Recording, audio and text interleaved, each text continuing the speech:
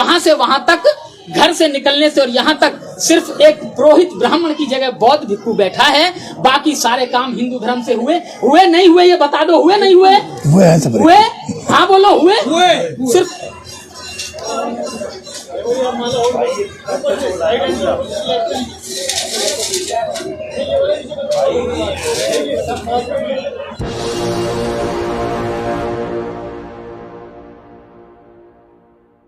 लेकिन इससे पहले आप दान की प्रक्रिया पूरी करो। लाइए ये पैसा भंते जी को जा रहा है, इनका कोई घर नहीं है। अभी एक जगह बिहार के लिए भंते जी ने, देखो मैं बोल ही दे रहा हूँ, ये इनकी कोई बच्चे नहीं है, घर नहीं है।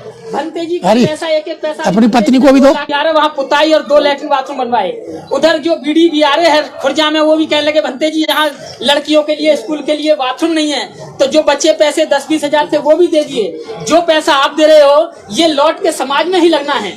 आज यहाँ जितना देना है वो दे सकते हैं। मैं देख रहा था कि जो यहाँ धुआं उठ रहा था, उससे जो पैसे दिए गए हैं कई गुने में वो यहाँ लगा होगा। ये मैं गारंटी के साथ और दावे के साथ कह सकता हूँ। वो धुआं बन के उड़ गया, उसका कोई वापस नहीं आएगा। अभी कहा कि वो उसको देना जो वापस दे, तो जो ये आप दे रहे हो ये आपके ही बच्चों को वापस मिलेगा।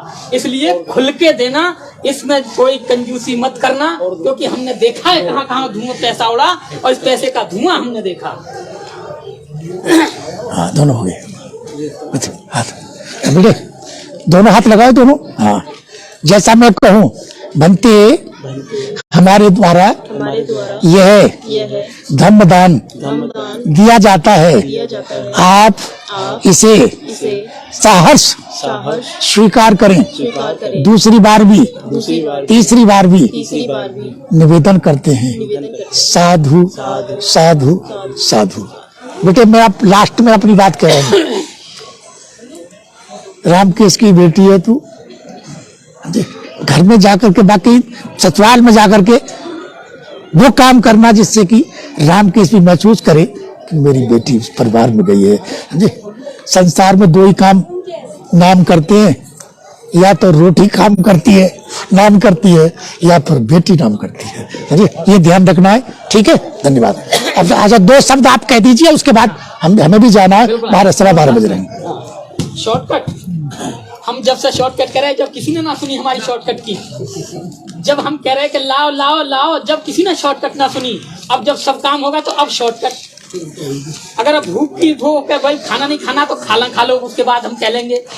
ठीक है, गलत बात तो नहीं है। हाँ, मैं ज्यादा टाइम नहीं लूंगा, लेकिन कहूंगा बड़ी। ये जो संस्कार हुआ है, उससे पहले सभी महापुरुषों को, बुद्ध और जितने भी उनके धम्मध्वज वाहक रहे, सभी के चरणों में कोटि कोटि नमन। ये जो संस्कार हुआ है, ये बाबा साहब हमें बता कर गए, और बाबा साहब ने ये बात मैं आपको उसके रूप में बताऊं कि हमें क्या करना है, कैसे करना है। ये प्रोग्राम, ये संस्कार कोई नया संस्कार नहीं है। ये आज से 2500 साल पुरानी सभ्यता का संस्कार है। एक व्यक्ति थे महाराष्ट्र के, मिस्टर V.S. कर्णक। उन्होंने बाबा साहब को चिट्ठी लिखी कि बाबा साहब हम अपने विवाह संस्कार कैसे करें। तो बाबा साहब 12 नवंबर 1956 को उसके पत्र का जवाब दे रहे हैं।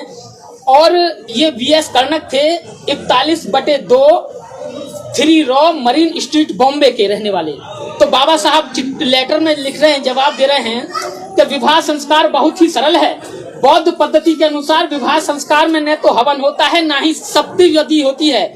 इस प्रकार के विवाह संस्कार का सारा तत्व इस बात से है कि एक नवनिर्मित मिट्टी का घड़ा या लोटा जल से भरकर वर वधू के बीच में रखकर स्टूल पर रख दें, जैसे यहाँ मेज पर रखा है, और अपने महापुरुषों की फोटो बुद्ध की रखकर त्रिशरण पंचशील किसी बौद्ध भिक्षु या उपासक से त्रिशरण पंचशील देना है। वह अष्टमंगल गाथा का पठन करना है चाहिए। इस अवसर पर वर वधू को श्वेत परिधान में होना चाहिए। भवदीय डॉक्टर अंबेडकर। और इसका जवाब बाबा साहब 12 नवंबर 1956 को दे रहे हैं। और ये लेटर धर्मयान पत्रिका में जून 1957 को छपी थी, अंक 2 में और 3 में, पृष्ठ संख्या 9 में, जो मेरे पास है। ये बाबा साहब कह के गए जो आज हो रहा है। ये सबूत के लिए मैं आपको दे रहा हूँ कि जिस पत्रिका में लेटर छपा। लेकिन बाबा साहब ने जब इस चीज की कल्पना की थी तो इसी की कल्पना की थी। लेकिन अब जो भी प्रोग्राम हुआ, जो भी कार्य हुआ, जो भी हो रहा है, जो हम देख रहे हैं, उसमें और इसमें कोई अंतर नहीं है। सिर्फ अंतर इतना है, जो मैंने देखा, जो मैं देख रहा हूँ, पूरे देश में देख रहा हूँ, बाबा साहब के कर्मों का फल मुझे इतना मिला कि मैं पूरे देश में देख रहा हूँ।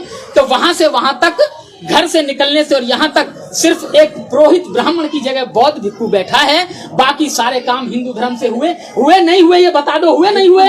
हुए? हाँ बोलो, हुए? सिर्फ एक काम हुआ कि बौद्ध भिक्षु, ब्राह्मण की जगह बौद्ध भिक्षु था। लेकिन बाबा साहब ने इसकी कल्पना नहीं की थी जो कल्पनाएं हो रही हैं। लेकिन आज बनते जी अभी कहते 2 पैसे जो आए ना, उससे पता नहीं क्या क्या होता है। इन चीजों की कोई जरूरत नहीं होती। शादी हमारी भी हुई, शादी हमारे माँ बाप की भी हुई, लेकिन हमने तो सेहरा नहीं पहना, हमने तो घोड़ी नहीं चढ़े, हमने तो बैंड नहीं बजा। हमारे बच्चे हो रहे हैं और वो तो कंट्रोल है, वरना और भी हो जाते, हम भी नहीं चाहते ज्यादा करने। तो ये हमारी सिर्फ बुद्धि का खेल है। शिक्षित होना, पढ़ा लिखना होना 2 बातें हैं। पढ़ा लिखा होना है कि जो लिखा है वो पढ़ लिया, कि कै कबूतर और खे कबूतर और गे कबूतर, डे डबूतर और चे चबूतर। शिक्षित का होना है कै कबूतर खे खरगोश। तो इनमें 2 में फर्क है।